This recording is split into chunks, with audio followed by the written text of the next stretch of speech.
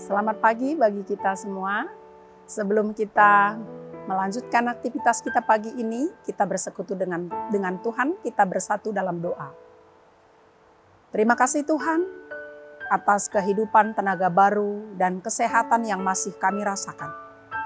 Kami hendak bersekutu dengan Tuhan, mendengarkan firman Tuhan, kuasai hati dan pikiran kami agar kami benar-benar dengar-dengaran akan firman Tuhan dan kami dapat melakukannya. Dalam Yesus Kristus kami berdoa. Amin. Jemaat yang saya kasihi, firman Tuhan renungan bagi kita pagi ini diambil dari 1 Yohanes 2 ayat 29. Demikian bunyinya. Jikalau kamu tahu bahwa ia adalah benar, kamu harus tahu juga bahwa setiap orang yang berbuat kebenaran lahir daripadanya. Demikian bunyinya.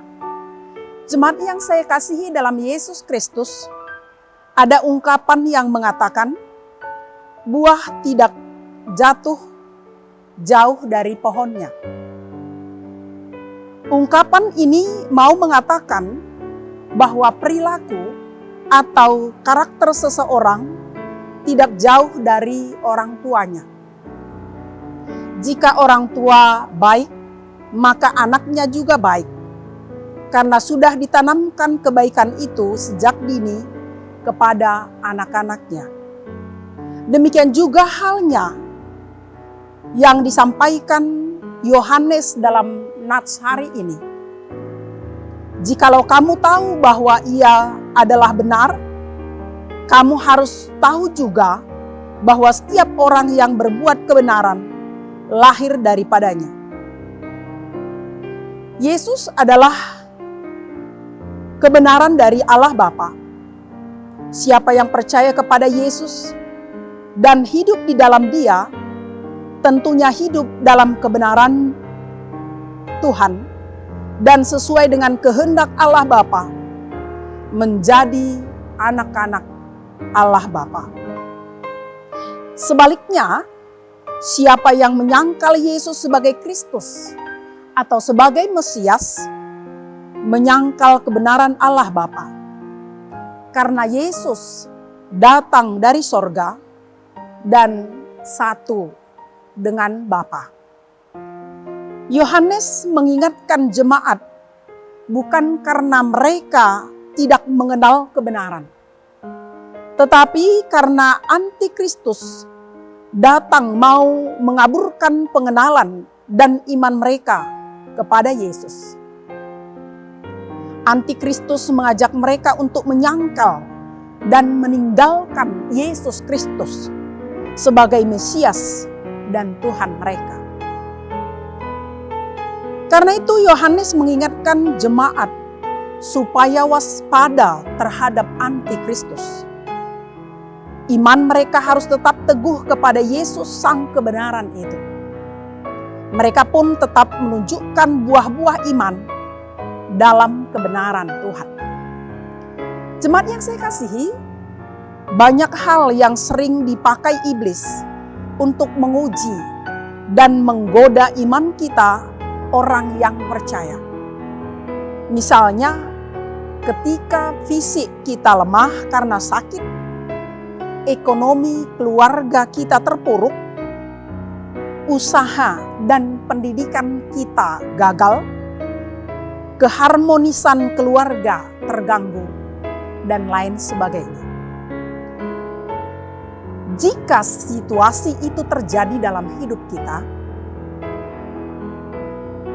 jangan mau menyerah atau berputus asa. Jika mau tetap bertahan sebagai anak-anak Allah, hendaknya kita terus menjalin hubungan yang erat dengan Tuhan selama hidup kita, serta menunjukkan karakter Yesus Kristus di dalam diri kita. Perilaku yang selalu kita tunjukkan membawa berkat sukacita bagi sesama kita. Amin. Kita bersatu di dalam doa. Terima kasih Tuhan untuk sapaan firman-Mu yang mengingatkan kami, jika kami percaya kepada Tuhan Yesus Kristus, hidup di dalamnya, hidup di dalam kebenaran Tuhan. Itu menunjukkan kami percaya juga kepada Allah Bapa, dan hidup kami berkenan di hadapan Allah Bapa. Karena itu, kami yang hidup di dalam Tuhan hendaknya menunjukkan buah-buah yang baik yang dapat dilihat dan dirasakan oleh sesama kami, sehingga kehidupan kami boleh menjadi berkat bagi sesama kami, dan pada akhirnya hidup kami menjadi kemuliaan bagi nama Tuhan. Banyak hal yang sering kali membuat hidup persekutuan kami dengan Tuhan terganggu.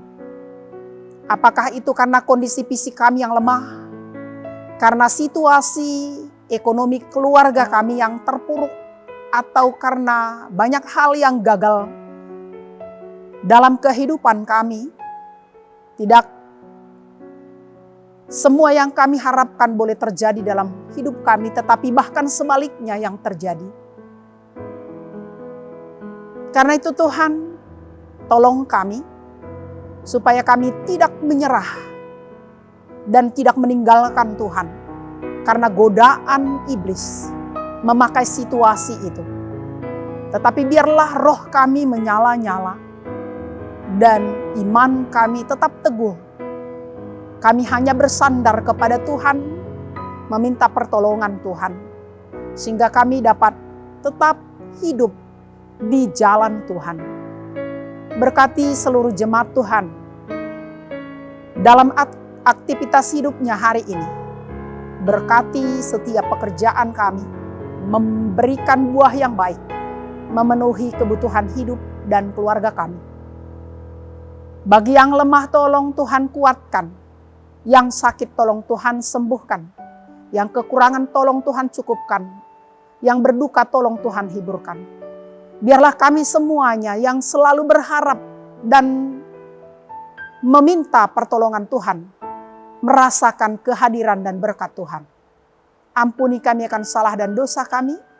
Dalam Kristus Yesus kami berdoa, jadilah kehendak-Mu bagi kami. Amin. Jemaat Tuhan, selamat melanjutkan aktivitasnya. Biarlah Tuhan memberkati kita. Shalom.